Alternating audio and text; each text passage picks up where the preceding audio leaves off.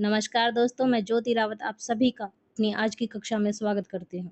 दोस्तों, आज हम असाध्य वीणा कविता के महत्वपूर्ण तथ्यों तथा कविता का संक्षिप्त वर्णन करेंगे, जिससे आपको नोट्स बनाने में आसानी होगी।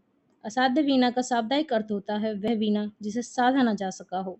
असाध्य वीणा कविता के लेखक अज्ञे जी ने अपने जापान प्रवास के बाद 1961 ईस्वी में असाध्य वीणा कविता को लिखा था।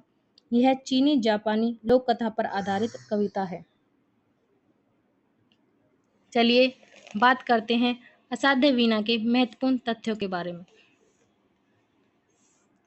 असाध्य वीणा कविता के कवि हिंदी साहित्य में प्रयोगवाद के प्रवर्तक सच्चिदानंद हीरानंद वात्सल्य अज्ञे जी हैं। असाध्य वीणा कविता का रचना काल 1961 ईस्वी है। असाध्य वीणा कविता 321 लाइनों की एक लंबी कविता है। असाध्य वीणा एक वर्णनात्मक एवं प्रतीकात्मक लंबी कविता है। असाध्य वीणा आंगन के पार द्वार 1961 ईस्वी कविता संग्रह में प्रकाशित है।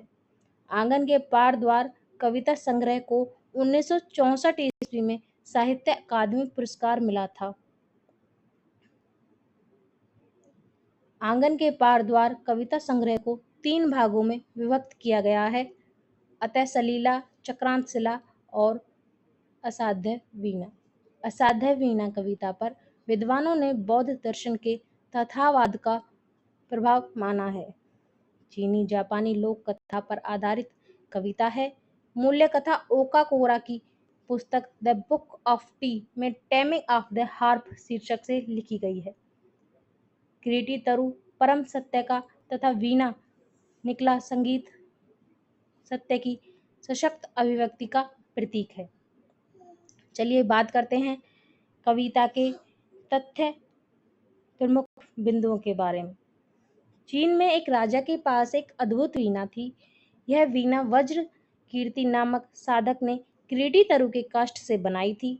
यह वज्र कीर्ति के संपूर्ण जीवन की साधना का प्रतिफल थी। राजा इस अद्भुत वीणा का संगीत सुनने को व्यग्र था, किंतु कोई भी उसे अब तक साध नहीं सका था। अतः यह वीणा असाध्य वीणा के नाम से विख्यात हुई। अतः प्रियवंद ने अहं के विलयन पूर्ण समर्पण दृष्टि सृष्टि के तामध्य एवं आस्था के द्वारा इस वीणा को साधा और सभाजनों को अपने अपने सत्य का साक्षात्कार करवाया। अनेक वीणा वादकों के असफल होने के बाद केश कंबली प्रियवंद राज्यसभा में आया। राजा ने आभार व्यक्त कर सेवकों को वीणा लाने को कहा। किरीटी तरु की महिमा एवं वज्र कीर्ति की साधना के बारे में बताया। प्रियवंद ने वज्र कीर्ति की वीणा को प्रणाम किया और सम्मान पूर्वक वीणा को गोद में उठा लिया और अपना मस्तक वीणा के ऊपर टिकाया। सभा को लगा कि प्रियवंद सो रहा है, परंतु वह आत्मशोधन कर रहा था। अहंकार मुक्त पूर्ण समर्पण के साथ स्वयं को किरीटी वृक्ष को सौंप रहा था। वह किरीटी तरु के से प्रार्थना करता है कि हे किरीटी वृक्ष, तुम गाओ, यह वीणा तुम्हारे सम्मुख रखी है, तुम्हारे स्वरूप से बनी है। प्रियवंद किरीटी तरु की महिमा एवं दिव्यता में डूबकर स्वयं को भूल जाता है।